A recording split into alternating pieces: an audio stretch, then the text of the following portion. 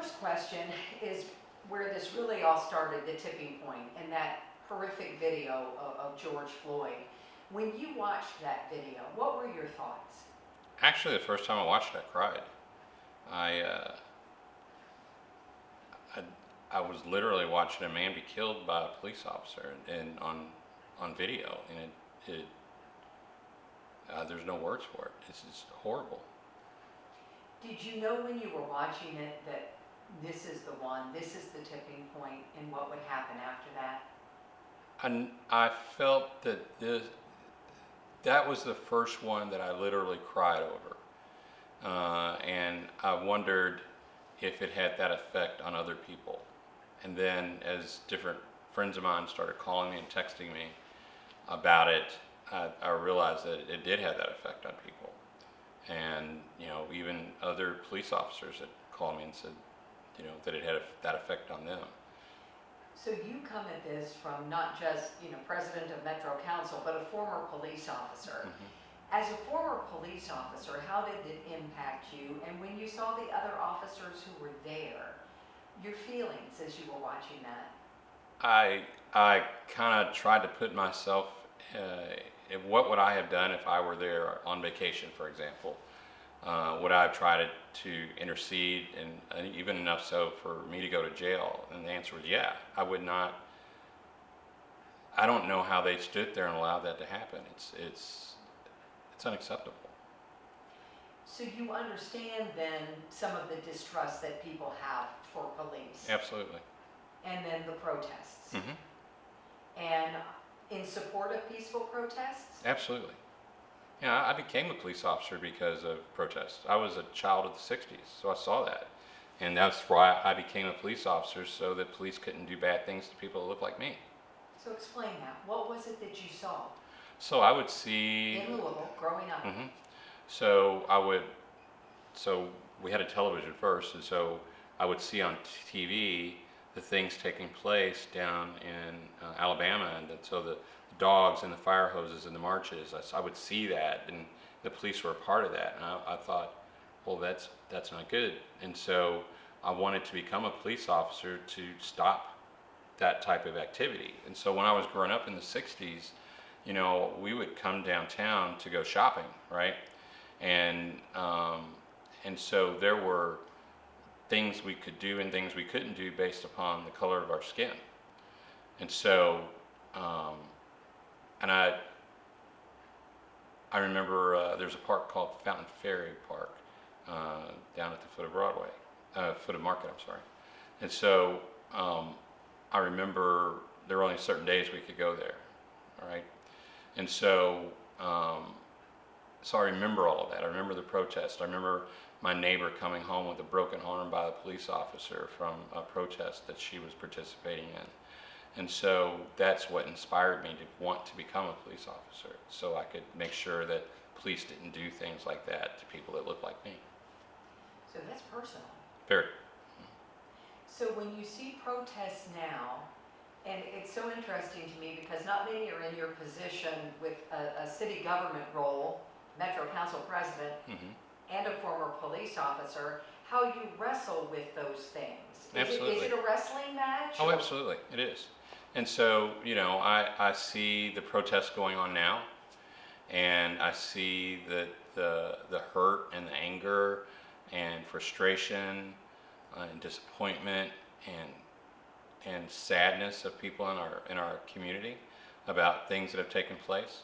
And on the other side, I see police officers that grew up as children wanting to be police officers and help people, and actually had no part in anything that happened except for trying to go to work every day and protect people, saying, why are you cussing at me? Why are you yelling at me? Why are you spitting on me? Why are you throwing things at me? Why is this happening? I didn't do that. That was somebody else, kind of thing, right? And so, they are stuck there. I look at their faces, and they're in shock. I see fear. I see anger on their faces also, and I see some of their comments and thoughts, right? And so they don't understand why. And so when I think back on the police department, for example, We have taken police officers and put them in an environment without providing them the proper training and thoughts on how to understand and deal with those particular environments, right? And so when an officer calls me and says, I just want to ask you, I don't understand because slavery's been gone for a while and I just want to know what's all the anger about, so then I spend about an hour explaining to them those answers, and then they understand, right?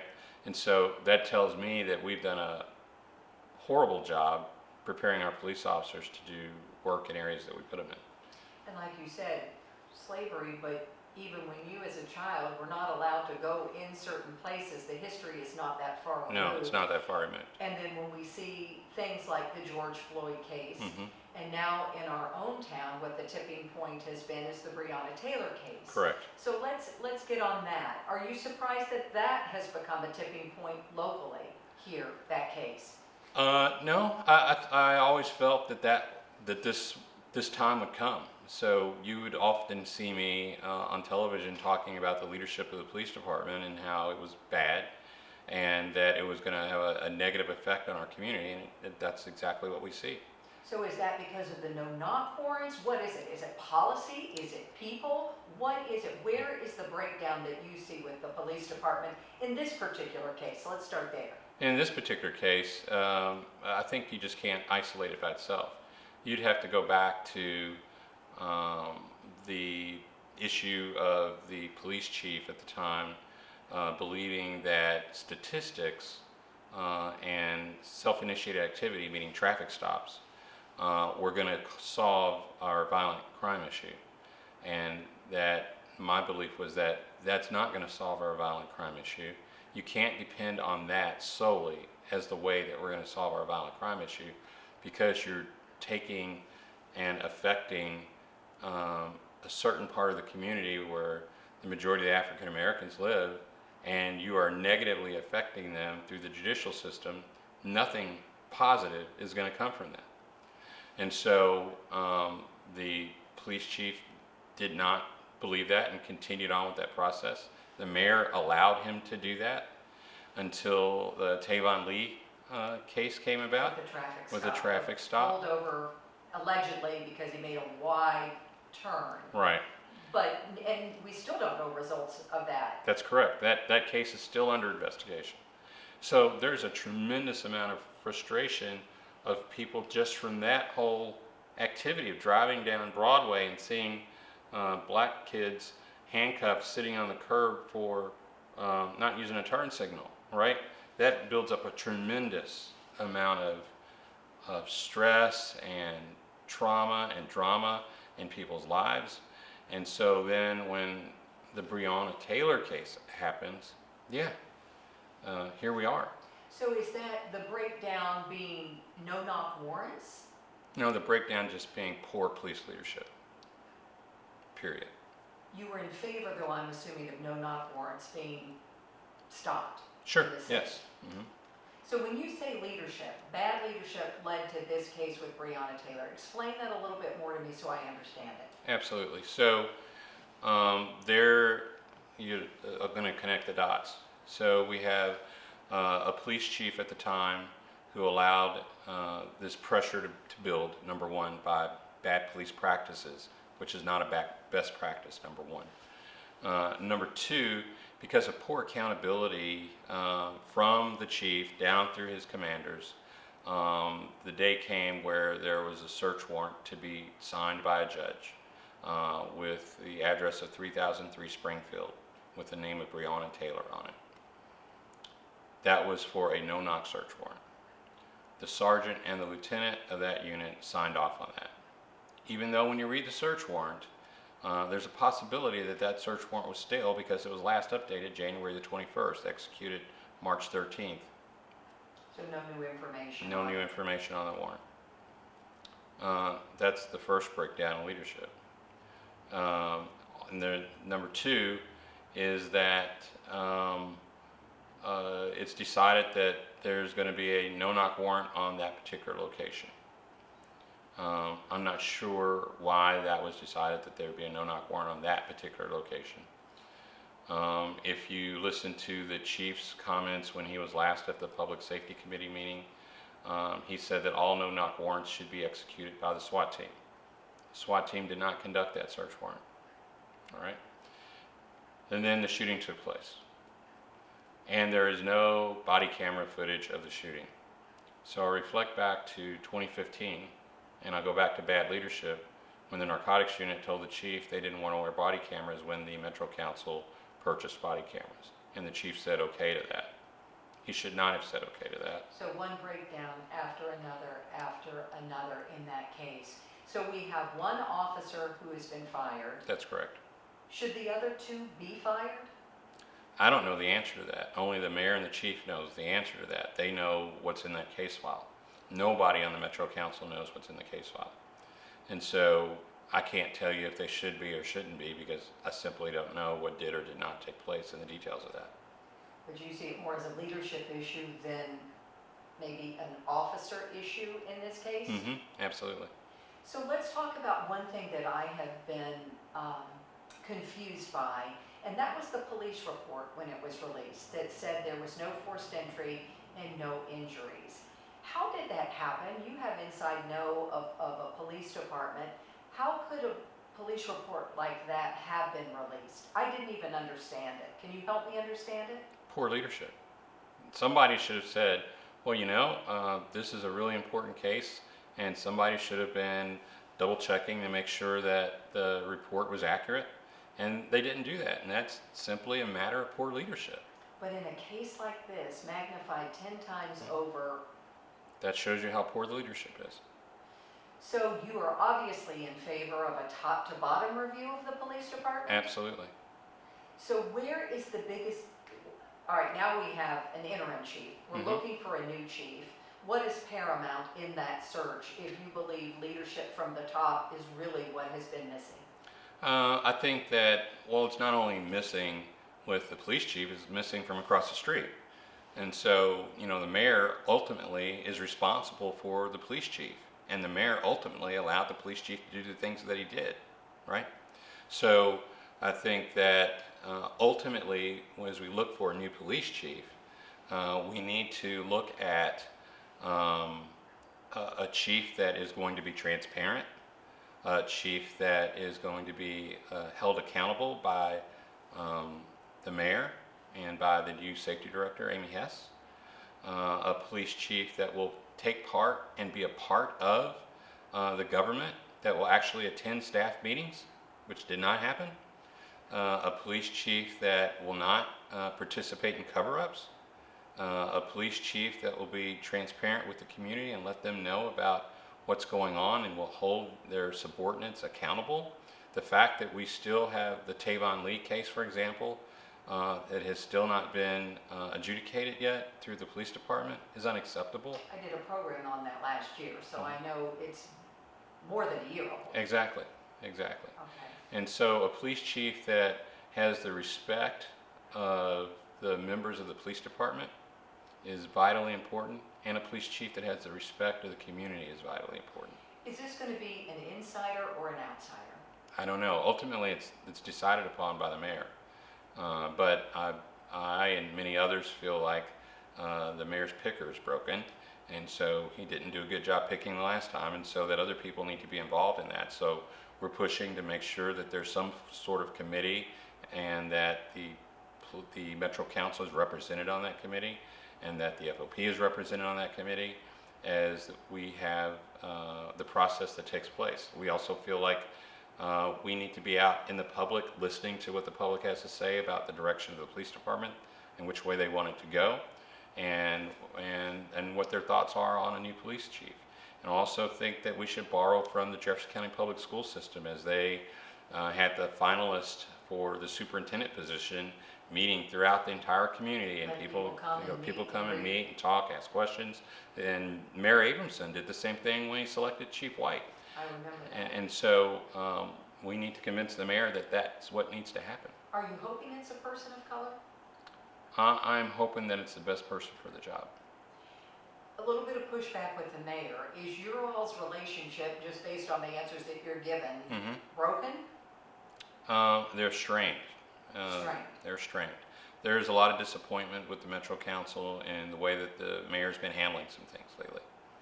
What pushback can you give? Now there's an investigation into how the mayor handled the Breonna Taylor case. People from the outside might say the whole system appears to be broken in some fashion because we have so many different people who are pointing fingers and can't seem to get along, and the city is suffering because of it. How do you react to that? And what responsibility do you have to help fix it? So ultimately, the mayor controls the show. We control the money, right? And so I have not seen the mayor point fingers across the street this direction as it relates to what's going on. So I would not say that that's true. I would say that we have pointed our fingers that way, and that's where the fingers should be. 3 years ago, the Metro Council voted not to support the police chief and asked the mayor to remove him. The mayor refused to do that, and here we are today. So yes, we're pointing our fingers. So you're frustrated. Extremely. Will you run for mayor? Oh. How's that for a question? There I'll you go. slip that in. I But if there's such frustration, I mean, my guess is you may step up and say, maybe I can do this. we never know how that's going to be. That's 2.5 years from now. Too early for me to be asking that question. Exactly. Right now, I'm just trying to get through today and trying to make sure that our city is a safe place for everybody and that everybody's treated equally and fairly under the color of law, and that's important. I'm going to go back to that in just a second, but let me ask you the newest development in this and these new claims of gentrification, that homes in the Russell neighborhood were targeted, somebody associated with the case of Breonna Taylor, and it could have been because of that, to get rid of a person to make way for this development, that this all could have come about. Your thoughts on that? I know it's very early in the game on this story, but your thoughts? Well, when I saw the story come out Sunday night, I would simply say that I was shocked, and that I think it's something that we have to ask questions about as the council and get answers from the administration about exactly what they were doing. In that, I read about I forgot the name of the unit. Place-based investigation. Place- Have you ever heard of that? No, I'd never heard of that unit, and I didn't know that we had created one. Or I didn't know that the mayor had created one, I guess is the best way to say that. So I don't really have an answer for you because I don't know much of anything about it. I was aware of efforts to help clean up that part of the city on Elliott Street because it needed a lot of help. But I didn't know that the process or the intentions were as that are alleged in the lawsuit. And so it makes us ask a lot of questions, and we're going to be doing that. And then it comes back to, again, the transparency. Absolutely. Finding out those answers. Let's go back to everybody being treated fairly. How would you say we are in the state when it comes to race relations in the city of Louisville, a place you grew up? Mm-hmm. Where do we fall in the spectrum, do you think, on that? Good, bad, middle? I would say that, Louisville's in the top 5 of segregated cities in the country. And I think that it's been very encouraging for me to look out when I see the protesters outside here. And they are of all different areas of the rainbow. And it's not just black people out there protesting, it's everybody out there protesting, and that is inspirational. And so I think that we have a long way to go in our city, and I think that we can do a lot better. And I'm glad to see the spotlight shining on us, and I think that gives us the opportunity to be a beacon for the world of how change can take place and how we can all do better. Some people might contend that some things have gone too far when it came to the one night where there were broken windows. It absolutely did. Did you agree that that crossed the line? Absolutely. I'll point across the street for the mayor to allow downtown to be destroyed and not allow the police to engage and stop looting is unacceptable.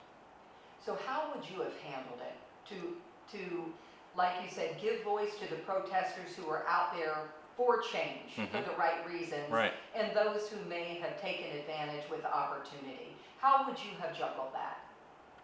Well, at first I would allow for the police to do their jobs.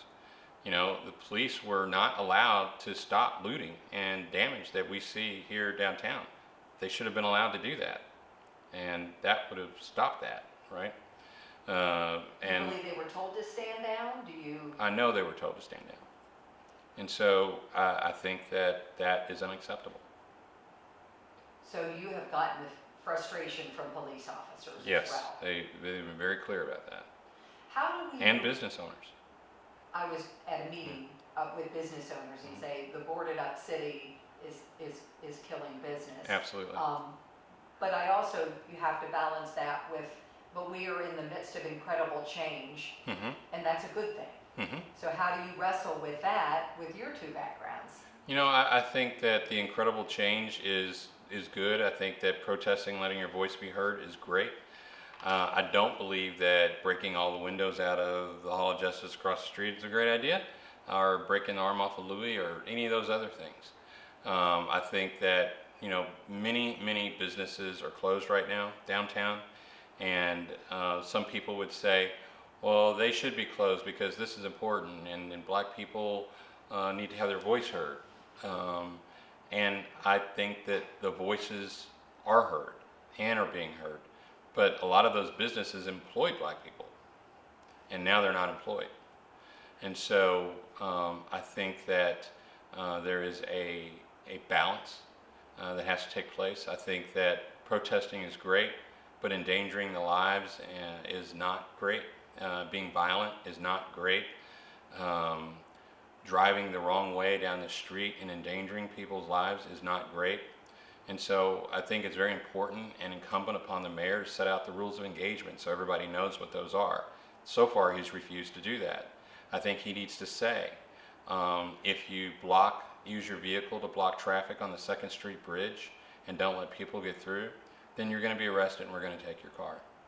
If you try to shut down blocks of downtown Louisville to try and create an exclusion zone, that's not going to be tolerated.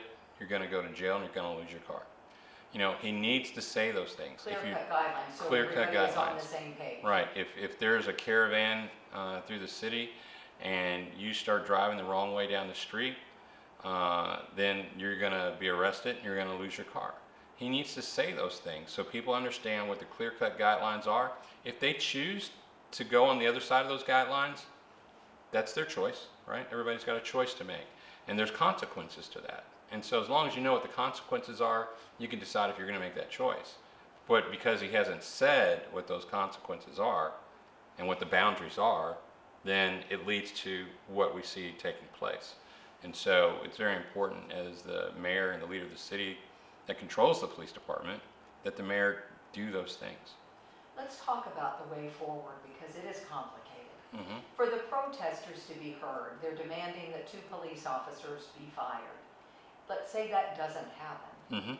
How are these protesters going to feel being heard? What change do you think they're going to need to see, and how can you help them get there with what this city has to offer with that equity and justice you're talking about? Absolutely. So I think there's several things. So one of the things that you've heard us talking about is, last year the council started talking about a civilian review board and an office of inspector general.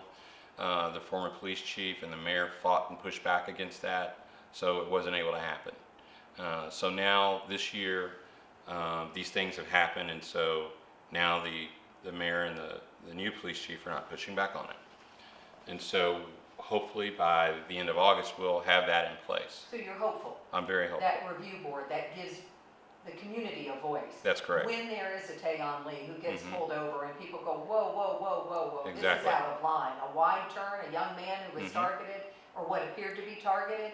Okay. Yes. Those would be the things that Those, yeah, so that is extremely important. I think that within the police department there has to be some tremendous change, tremendous cultural change. The fact that we still... Number one priority with that, what's the one way to make that cultural change? A new police chief. A new police chief. And so we have to have a new permanent police chief that has a roadmap of how he or she is going to make that happen. And I think that's the number one priority with the police department. Let me ask you that because it brings me to the question about defunding the police. A lot of people are upset, saying things need to be reorganized, this militarization of police, all of those kinds of things. Being a former police officer, again, puts you in such a unique position. And people will say, you can't say Black Lives Matter. I saw a tweet that was directed at you that you can't say Black Lives Matter if you're not in favor of defunding the police. True, false? I don't use that word. So it's not really defunding the police, it's reorganizing the priorities of the metro government and its funding sources. And so... You do believe in the reorganization yes. of that? Okay. And what I believe in specifically is, are we using police as a blunt instrument to do everything? And the answer is yes. And should we be doing that? And the answer is no. And so should we be directing, as we just did in this budget, to experiment with ways to have mental health specialists and social workers respond to some things that the police are now called for? Yes. And should we see how that works? Yes. And if we can expand that, should we? Yes. And will that, we'll have to pay for that, right? And so the idea that people say, well, let's defund the police, like they said, let's take $100 million out of the police department, right? Well, what does that leave you? Nothing. So we still need the police, and we still need the police to do their job, and we need to make sure that we take care of mental health and social work needs that the police are currently responding to that they really don't need to be responding to. And we need to look at other areas that what are we having police respond to that they really should not be responding to. And so will that help with the issues that we're talking about? Absolutely. Do we have those tools right now? No, we don't. But have we put the money there to get started on that? Absolutely we have. And will we be looking at that going forward to determine how we can do more of that in next year's budget? Absolutely. Your final word about your hometown. What would you like to end on thinking and saying about Louisville? Louisville's an outstanding place to live. It has its faults, some big ones. And we are here at this time. I happen to be here at this time as the president of the council, and I'm honored to be the president of the council right now. And so a lot of things that a lot of people have been talking about for a long time are now finally on the table. I take no great joy in looking out the window there and seeing boarded up windows and businesses and people unemployed from all of the things that have gone on downtown. But at the same time, we were going through quite a strange time just dealing with COVID-19 before all this. The death of Breonna Taylor took place the same week that we were hearing about all these things being closed down. The NCAA was shutting down the tournaments and all those things, and this happened. And so I know that this is very unsettling for a lot of people. It's unsettling for myself. And I know that a lot of people are uncomfortable with it and are concerned. And we're very concerned. The council's very concerned. But also know that there are going to be a lot of important conversations that take place. Some of them are going to be very difficult. And some of them are going to cause tears to be shed.